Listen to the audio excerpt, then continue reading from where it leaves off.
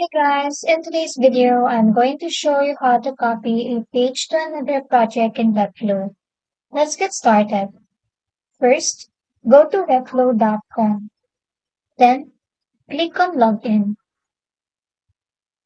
Here, you can either sign in with Google or enter your email and password manually. Then click Login.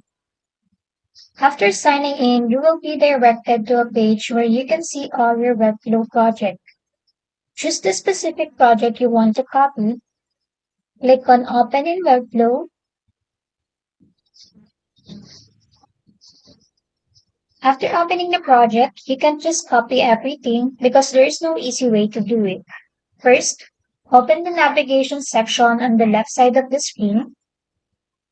Click each element or section of your project.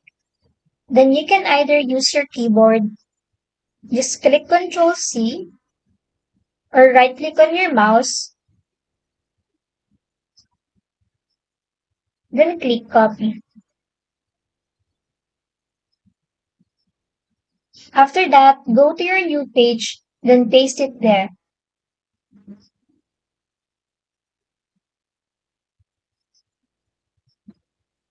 Then go through each sections and copy it and paste it on your new page. And that's the best way to copy a page to another project.